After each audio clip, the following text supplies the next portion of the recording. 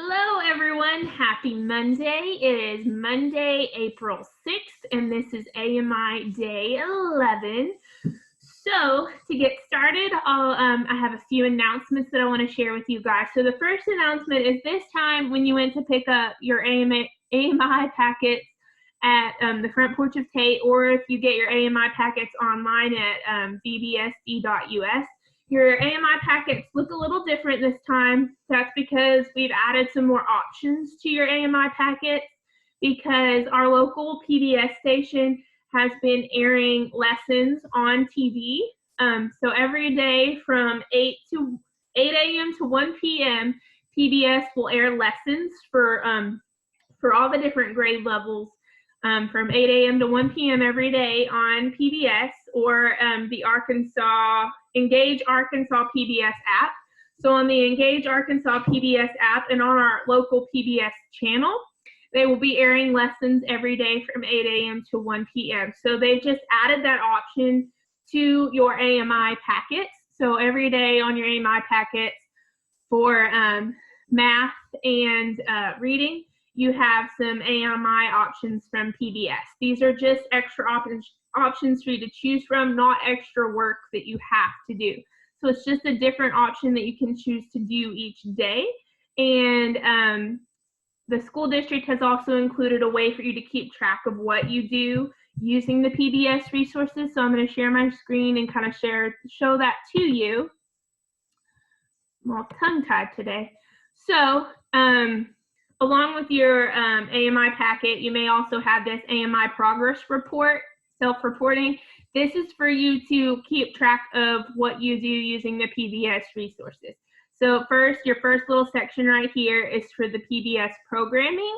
And so that's if you decide to watch it on your TV. So you could say we were able to watch all 5 days of programs, hour and a half each day, 4 days, 3 days, 2 days, 1 day, or we did not watch. So that's did you watch the PBS programs that were available on your TV? Did you watch it on TV or online? So you either watched it for 5 days, 4 days, 3 days, 2 days, or 1 day, or you did not watch it all. So you can mark that you didn't watch it on TV or you didn't watch it online. Because if by chance you miss what they air online, it's also available at myarkansaspbs.org. So every day on myarkansaspbs.org, they will upload those videos and those lessons that they showed on TV. So if by chance you miss it on TV, it's always online at myarkansaspbs.org. So if you decide to watch, you can mark it in that first box there, or if you did not watch, you can mark it in that box there. And then it says Literacy Corner. So it says mark the learning opportunities that your child completed. So this is for literacy. So anything you do for like English or reading. It says vocabulary bingo, vocabulary graphic organizer, write a story, make a presentation, follow a recipe, write a summary, create a comic strip. So any of those options that you choose to do, if you choose to do those PBS options, mark what you chose to do there. So mark what literacy activity you chose to do.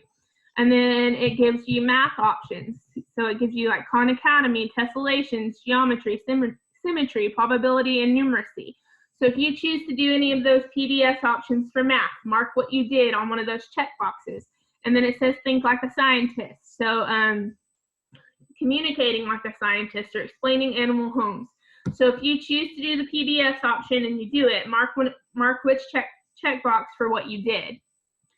And that's how you'll keep track of the PBS stuff that you choose to do, if you choose to do it. It's just an extra option. It's not something that you have to do. So it's not extra work that you have to do. It's just another option for what you could do. We're just giving you more options for how you want to learn. Okay, so I'll go back to me.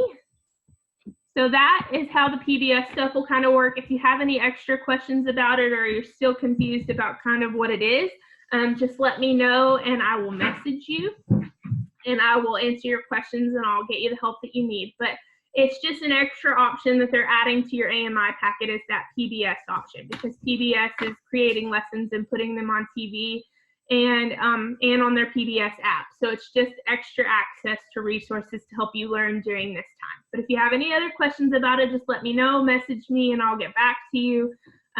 Email me, whatever you need to do. My other announcement is that today at 3:30, we will be having a Zoom meeting to continue our read aloud of Tuck Everlasting. So if you want to join us to continue our reading of Tuck Everlasting, we'll be doing that today at 3:30.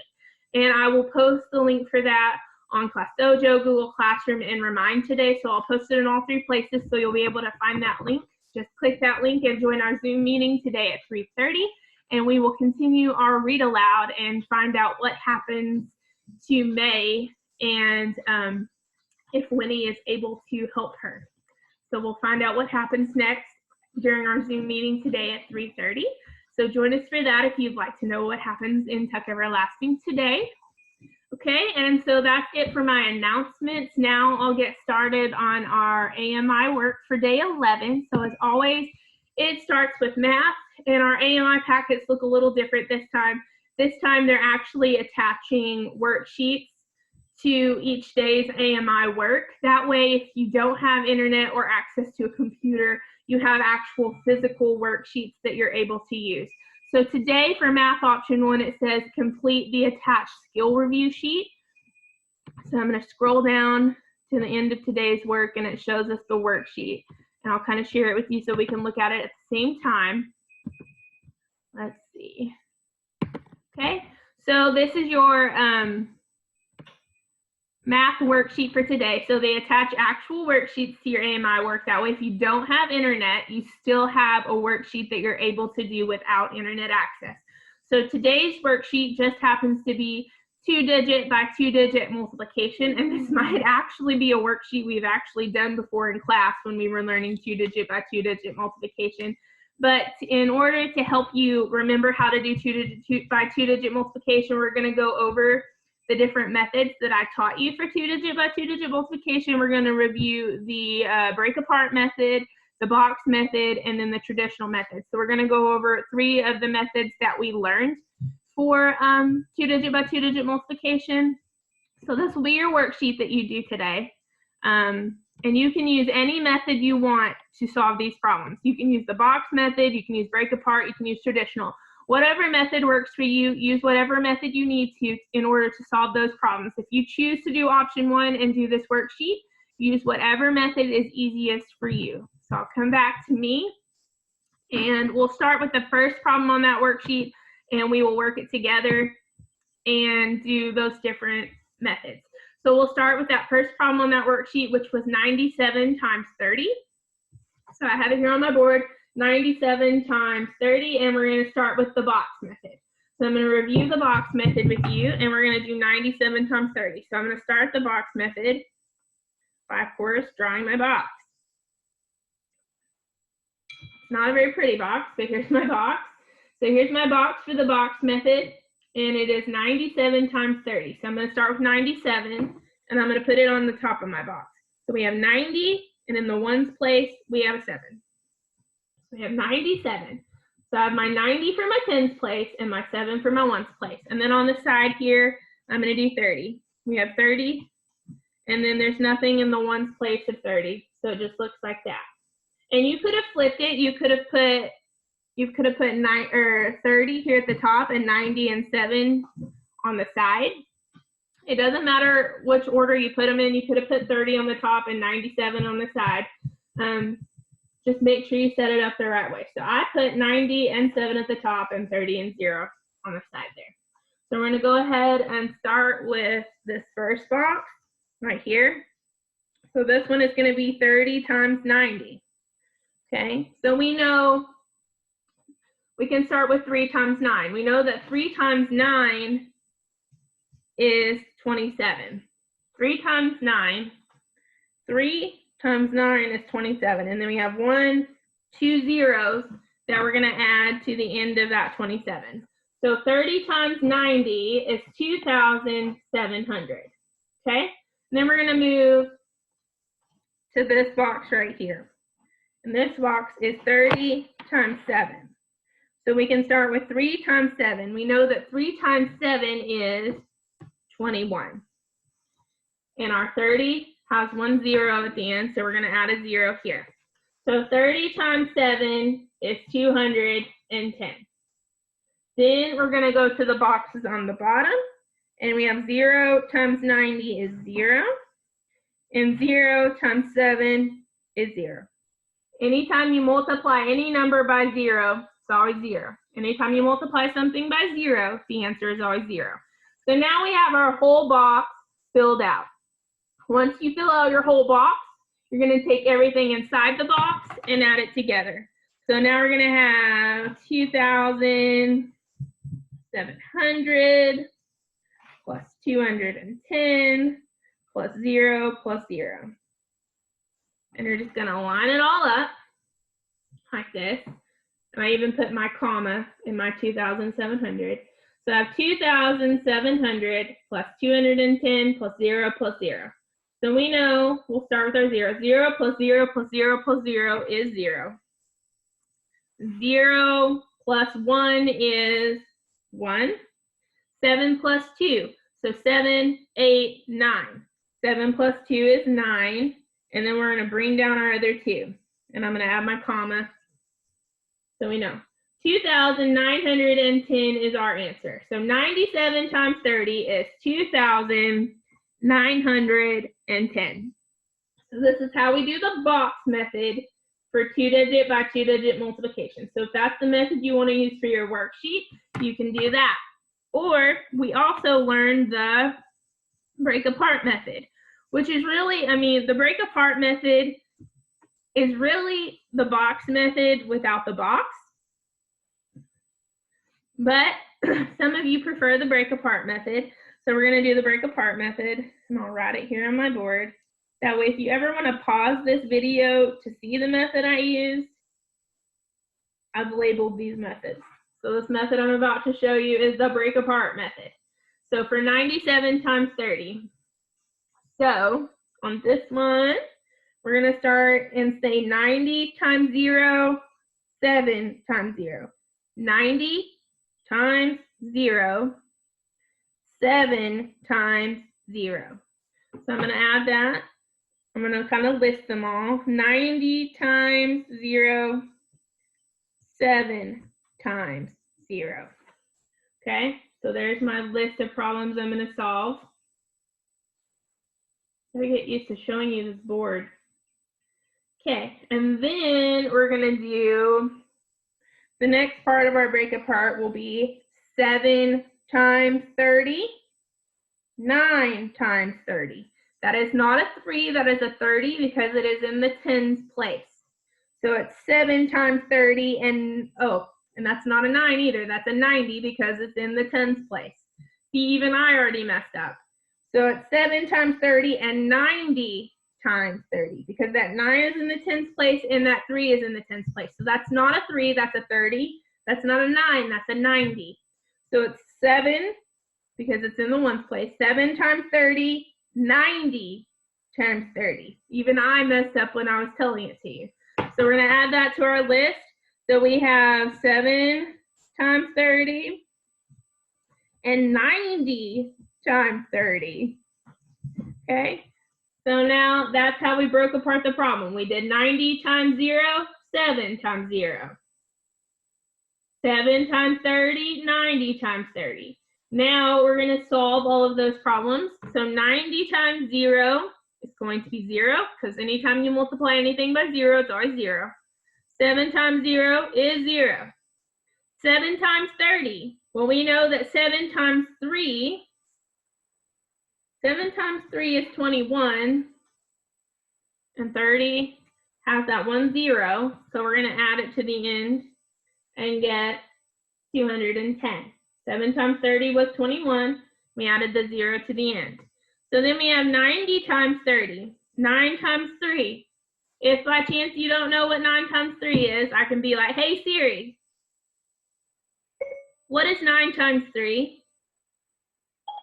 9 times 3 is 27. 27. So we know that 9 times 3 is 27. If you don't know and you have Siri, you can ask Siri what 9 times 3 is.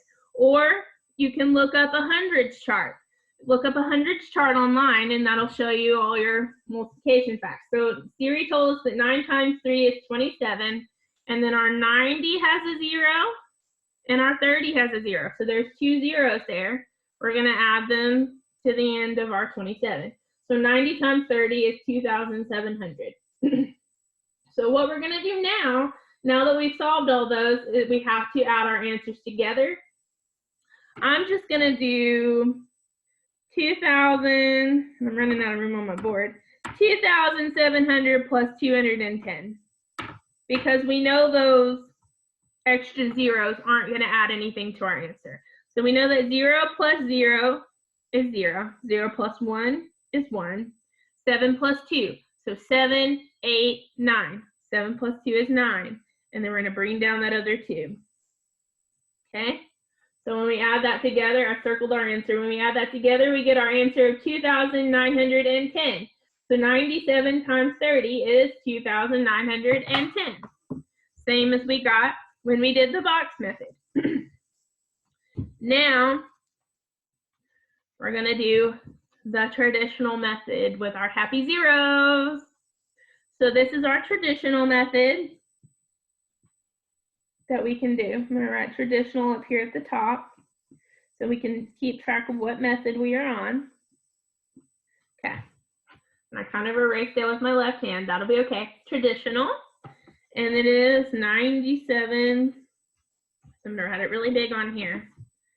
97 times 30.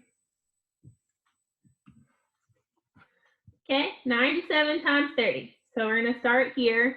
We will start with 7 times 0 is 0. Okay, 7. So we got that. 7 times 0 is 0. 9 times 0 is 0. So our problem starts out with like this. And then what do we have to put under this 0? Under this 0, you have to put your happy 0. My happy 0 looks like it has 3 eyeballs, but that is okay. Under that, you have to put your happy 0 or your problem will not work. So we did 7 times 0 and got 0. 9 times, or 90, look, I'm messing up again already. I'm struggling today. 90 times 0 is 0. 7 times 0, we got this 0. 90 times 0, we got this 0. Then we move on down to our next line. And put your happy 0, because if you don't put the happy 0, it's not gonna work. Then you do your 7 times 30. That's a 30. 7 times 30. So we know that this is 7. So if this is 7 times 30, it's 21. Well, the 7 times 3 part is 21. So I'm gonna put my 1, and I'm gonna carry my 2. Put the 1, carry the 2. That represents your 20 out of your 21. Okay? Then you have your 90 times 30 part. If we were doing the break apart, we know that 9 times 3, Siri told us that it was 27.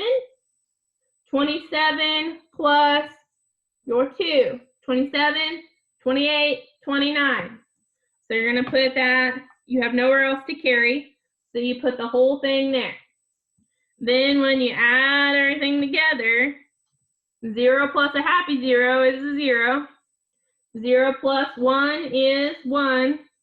Bring down your 9, bring down your 2. So using the traditional method, you get 2,910. Same as when we did it with the other method. 2,910. Hey Siri, what is 97 times 30? 97 times 30 is 2,910. 2,910. We checked it. It's correct. 97 times 30, 2,910. So those are the 3 methods that you can use. You can use the box method, the break apart method, or the traditional method. But on the traditional method, do not forget your happy zeros, because if you do not put your happy zeros on the second line, it will not work. So don't forget those happy zeros. Whenever you're solving these problems, remember Miss McGee's face telling you, don't forget your happy zero. Okay? Make those happy zeros if you use the traditional method. Okay, so that is option 1 on math, is to do that little worksheet that is 2-digit by 2-digit multiplication. You can use any method you want for that. And then option 2 is log into iStation Math. So you can do your iStation Math. If you're done with iStation Math, you can do ST Math.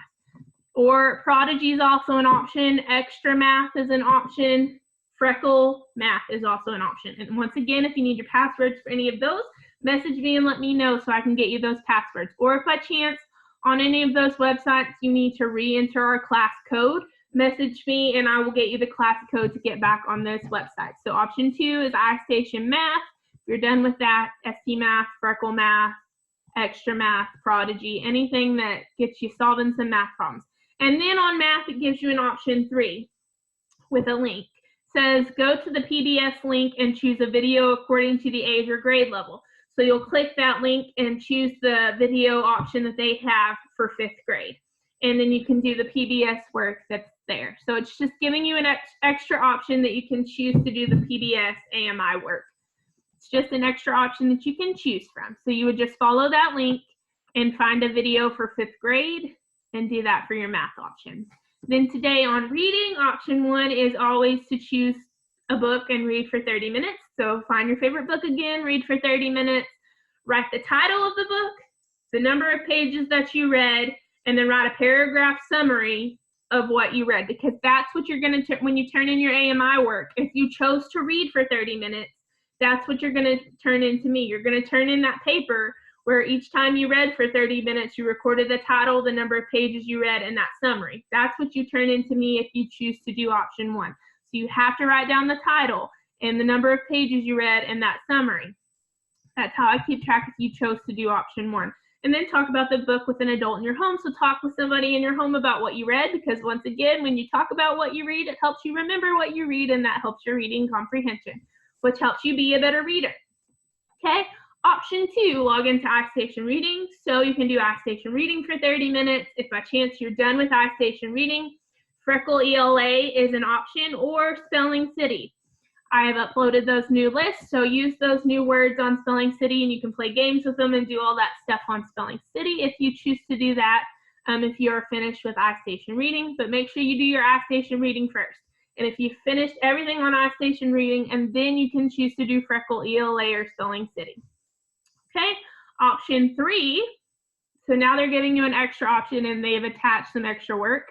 Option 3, they've attached a worksheet. It says read the attached passage and answer the questions. So I'm going to share my screen with you real quick so you can see, so we can all look at it at the same time. Okay, so for option 3 on reading, they give you this reading passage. All you have to do is read the passage, and then they have 1, 2, 3 questions that you can answer. And so this passage is it's a reading comprehension passage from Peter Pan.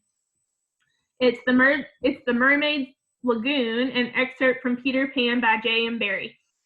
So this is the actual Peter Pan book, and if you've ever read the actual Peter Pan book, it is a lot different than the Disney movie. So it's something exciting to read. It's a very interesting story, and it's a lot different than the Disney movie.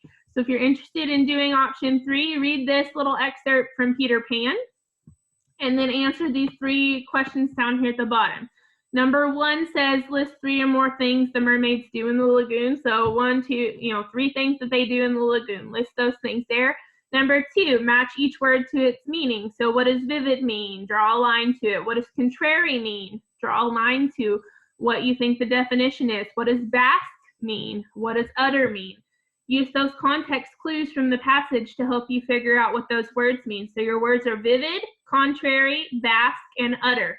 So just draw a line to what you think the definition is for it, okay? And then number 3, what did the author mean when he wrote, "You must not think that the mermaids were on friendly terms with the children"? Provide an example from the text to support your answer. So this is where you can use the race strategy where we're learning about. Restate the question. What the author meant by this phrase was, and what did he mean by it? That's restating the question. Answer the question. Cite your source. In the passage it says, what does it say in the passage?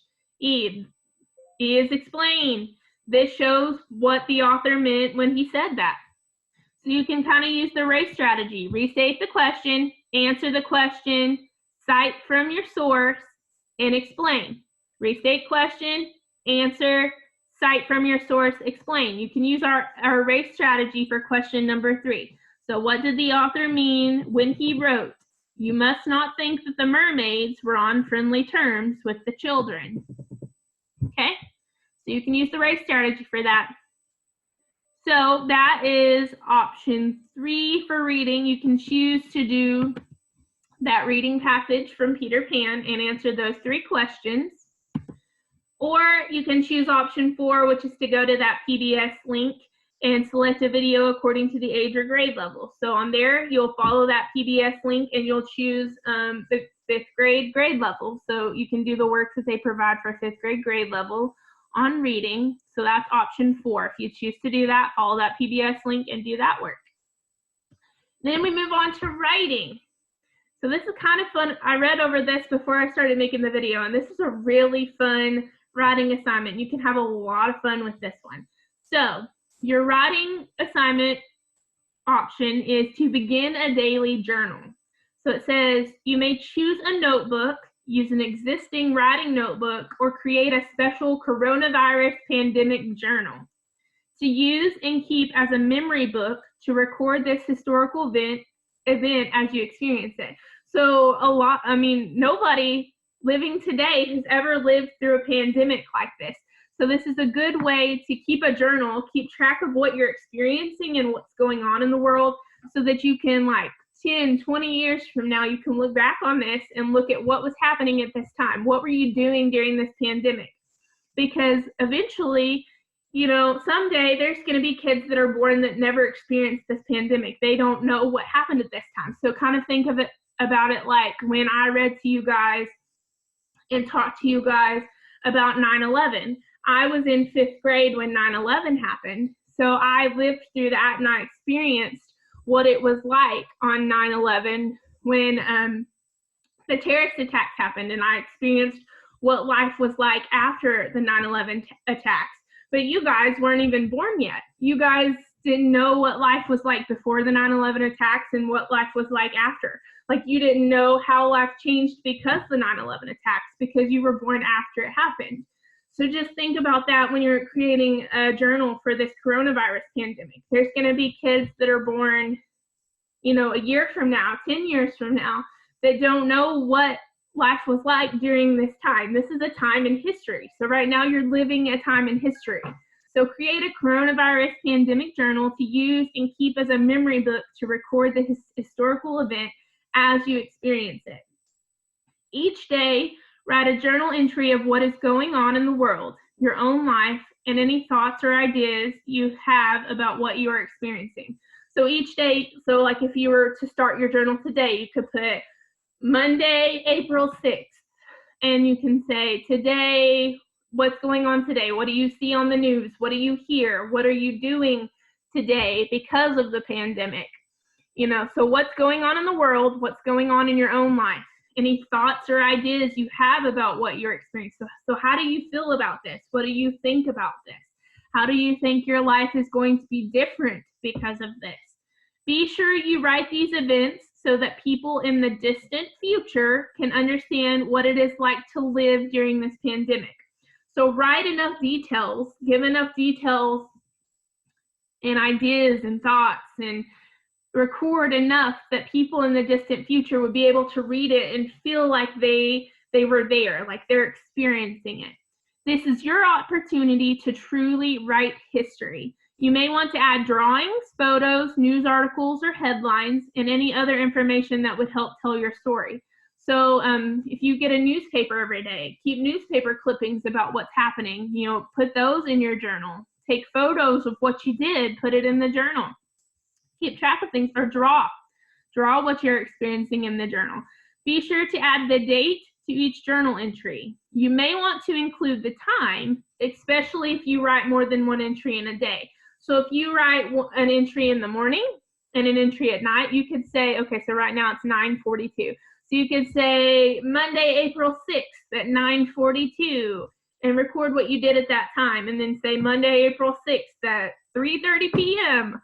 I had a Zoom meeting with my teacher and we read Tug Everlasting. Things like that. Record the time if you do more than one journal entry in a day. And so one thing you can do to kind of help you get an idea of what to write is on Epic, I have created like a list of all the I Survived books that are available on Epic. So Epic has a bunch of the I Survived books as audiobooks that you guys can listen to. So I've created a list of all those and I've assigned them to you so that if you want to get on, you now have access to Epic at home. So if you want to get on Epic and listen to those I Survived books, those kind of serve as like a journal of what it would have been like to live through those significant events. So at the beginning of the year, we read I Survived the 9/11 attacks. So that's one of them that's available for you to listen to on Epic. They also have several other ones. So I'm going to kind of show you. I'm going to share my screen with you. Let's see. So right now you're seeing our AMI work. So here's Epic. I've created a little collection of all the I Survived titles that are available for you to listen to. All of these are audiobooks, so all of them are ones that you can listen to. And I've kind of put them all in one collection, so they're all in one place. If you want to listen to those and kind of get an idea of what you could record in a journal entry, these are good to look at to kind of get an idea. I will post the link to this I Survived collection along with this video as well. And if you log on to Epic, you'll just log in. You'll when you click sign in, you'll click log in with Google. You'll log in with your school email address. That way you're connected to our school email or our school Epic account. And then I also assigned it to you, so that way whenever you log on to Epic, it'll automatically pop up and you can just click on it on that little pop-up. So it's easy for you to access. So here's all the I Survived books as audiobooks that are available on Epic. You can listen to those to kind of get an idea of what you can record in your own coronavirus pandemic journal if you choose to do option 1 of your writing assignment. And I also wanted to show you on Amazon, how to make my screen bigger. I found a little excerpt of the I Survived the 9/11 attacks. This is the one, so it's the I Survived the attacks of September 11th, 2001. This is the one that we read at the beginning of the year, right before September 11th. And so I just kind of wanted to show it to you guys because up here at the top, so this was chapter 1. So chapter 1, it said Tuesday, September 11th, 2001. So whenever you start writing your journal entry, you're going to put, Monday, April 6th, 2020. So that's how you would start today's journal entry. And on this one, it says Tuesday, September 11th, 2001, 8:46 a.m., New York City, New York. So on this one, this is I Survived the attacks of September 11th, 2001. So when we read this book, this is all talking about what happened in one day. This is talking about what happened on September 11th, 2001. So this whole book talks about what happened on one day. So that's why it gives the time. So when we read this, we were reading from different times. So this is at 8:46 a.m. This is before anything actually happened. And then like chapter 2 was at Wednesday, August 29th, 2001. Fort Jackson, New York, 10 a.m. So it kind of went back way before September to kind of show you what the character was doing before that and to kind of give you background information about Lucas and his Uncle Benny. And so if you write about more than one thing that happens in one day, you want to make sure that you put the time. So for this book about September 11th, it was all about what happened on that actual day, that one day, September 11th, 2001. So it gave us the times. And it also gave us the time so we could know what time, like we knew what time the plane hit the first tower. We knew what time the plane hit the second tower. It helps you record what happens at certain times in history. So that's just an example of how you could start your journal. So today would be Monday, April 6th, 2020. And then you would write about how you're feeling today about all this pandemic stuff. So keep a coronavirus pandemic journal. I thought that was a pretty cool option for writing because, I mean, who knows? A couple years from now, that could be an actual I Survived book that's on a bookshelf or at the book fair. I survived the coronavirus pandemic of 2020. That could be something that y'all are buying at a book fair a few years from now. So right now you're in a moment of history, and if you keep a journal, that's a way to remember what's happening. Or option 2 for writing, if you don't want to do option 1, if you don't want to keep a journal or do something like that, you can do option 2, which is to go to the PBS link that they give you there and select a video for your age or grade level. So you'll go to that link and select 5th grade and do the resources that they've provided you for writing. Okay, and then always after writing is your science. So I'll share my screen once again. We're doing a lot of screen sharing today because they give you a little chart. Okay, let's see. So on science today, they give you this. It says, how do you measure up? So it gives you a little bit of background knowledge. It says most animals have similar patterns of growth. They grow when they are young and stop at adulthood. Girls and boys grow at different rates. Rates of growth and size at maturity are also affected by things such as diet and heredity. For example, tall parents are more likely to have offspring who grow into tall adults. So heredity just means kind of like what you get from your parents. So if both of your parents are short, you're more likely to be short. If both your parents are tall, you're more likely to be tall. So in my case, I'm taller than my mom. So I took after my dad because my dad is taller. So I took after my dad and I grew a little taller. Okay, and so for the science activity, it says these charts show the heights of some girls and boys.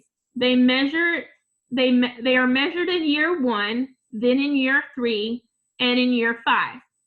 Find out how much each child has grown by working out the difference between their heights in year 1 and year 5, and fill in the growth chart. So I want you to fill in this little part right here that says growth.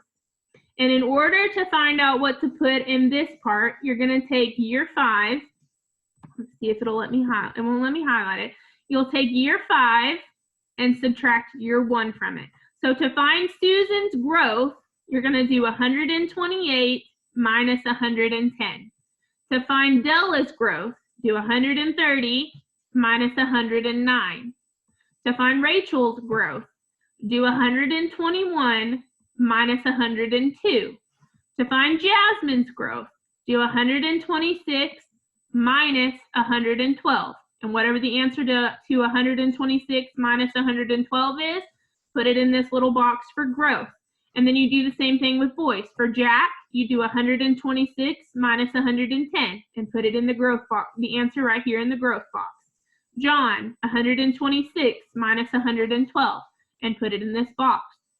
Dave, 131 minus 112 and put it in this box for growth. So their growth is year 5 minus year 1. So for Peter in year 5, he was 111 inches, or height in centimeters. So in year 5, he was 111 centimeters. Inches would be a lot. Year 5, he's 111 centimeters. So you're going to subtract 100 from 111. So we know that 111 minus 100 is just 11. So in growth, you're going to put 11 centimeters.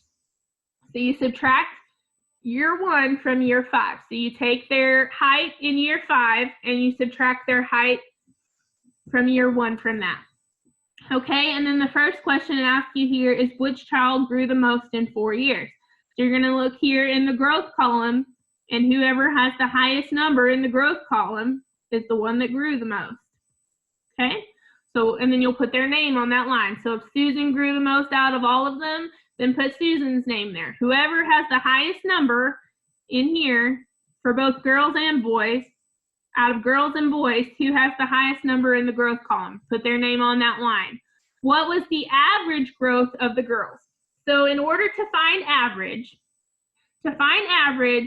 you're going to take everything that's in this growth column. Once you find everybody's growth, take for girls. So right now we're finding the average for girls. Take everything in the growth column, add it all together. So to find the average of the growth of girls, add everything in the girls' growth column. So add all 1, 2, 3, 4. Add all 4 of the numbers that you get for the growth column for girls. Add all 4 of those numbers together. And then you're going to divide that answer by 4. And that's going to give you the average growth for the girls. And then it asks you, what was the average growth of the boys? So to find the average growth of the boys, you're going to come to the boys growth column, add those 4 numbers that you get for that together, add those 4 numbers together, and then take that answer and divide it by 4. So anytime you find the average of something, you add all your numbers together and divide it by how many you have. So in this case, you have 4 girls and 4 boys. So you add the growth for boys, add all the boys' growth together, and divide it by 4 to get the average for boys. Add all the girls' growth together and divide it by 4 to get the average for the girls. You can probably hear my dog barking out the window. He is not a very good teacher's assistant today. All right, so that is how you find average. Did all the girls grow at the same rate? So you can look at their growth. Did they all grow by the same amount? Or did one grow more than the other? Did they all grow by the same rate? Did all the boys grow at the same rate? So you can look at the growth column. Did they all grow the same amount or at the same speed? Yes or no? Did the girls or the boys grow faster? So who has higher numbers in the growth column? Do the girls have higher numbers in the growth column, or do the boys have higher numbers in the growth column? Walker, hush. He's barking at some UPS truck or something. So who has higher numbers in the growth column, the girls or the boys? Who grew more, girls or boys? So you just put that there, okay? And then as always, we end with our specialty activities. So today, for PE, it says, can you make an obstacle course that involves 3 to 5 of these skills? So you're going to make an obstacle course that requires you to do certain skills. So you want to make an obstacle course and have your family time you as you go through it. You want an obstacle course where you jump, throw, kick, run, crawl, roll, skip, hop, or strike an object. So you want to have at least 3 of those 5 things in your obstacle course. So you'll create an obstacle course, and you want to make sure that you're jumping, throwing, kicking, running, crawling, rolling, skipping, hopping, or striking an object. Maybe you have a ball and a bat at the end of your obstacle course and you hit a ball. Just pick 3 of those 5 things and make sure you make an obstacle course where you're doing those things. Okay, so that's your PE option for today. Music. Make an instrument with something around the house and keep the beat to a song. So an example of what you could do to make an instrument is if you have paper plates, get some paper plates, put some dried beans on one of the plates and cover that plate with another plate and either tape it or staple it together, and then you have a tambourine. Or if you have an empty toilet paper roll, put some like plastic wrap on each end so nothing falls out of it, and then put dry beans in that, and then you have like a maraca. So just kind of have fun with that. Make a musical instrument at home and keep the beat to a song. Art. Option 1, follow along with a tutorial in the video to draw a city with a railway using 1-point perspective. So for option 1 for art, it actually gives you a link to a YouTube video that you can watch and follow along with that YouTube video in order to draw a city with a railway. So that's option 1 for art, or option 2. So if you don't have a computer or internet access, you can do option 2 for art, which is draw 1 character from the book you read today. Don't forget to draw the setting or place that the character is in. So if you read a book or you've been reading a book, draw that character and where they are at. So if you've been one of the people that are listening along with me for our read aloud for Tuck Everlasting, you can draw the Tuck family or Winnie Foster, and they are actually in the woods. So you can draw a picture of the Tuck's cottage in the woods and have the characters in there, Winnie and the Tucks. Or you can draw Winnie's home, her little touch-me-not cottage that's outside of the woods, and draw Winnie at her cottage behind the little fence. So just have fun with it, draw some pictures. So that is our AMI packet for today. So this is a little bit of a longer video because I did a lot of screen sharing with you guys so you could see different things. So you can see examples of the I Survived books if you want to write a journal for your writing option. And I showed you some different things, and I kind of showed you how the PBS stuff works. If you continue to have questions or don't understand something, make sure you message me. I'm here to help you. I want to help you. I'm your teacher, and I want to teach you, and I want to help you. So if you have any questions, please message me and let me know. And as always, stay safe, stay healthy. Remember that I love you and I miss you guys. And thank you for watching today.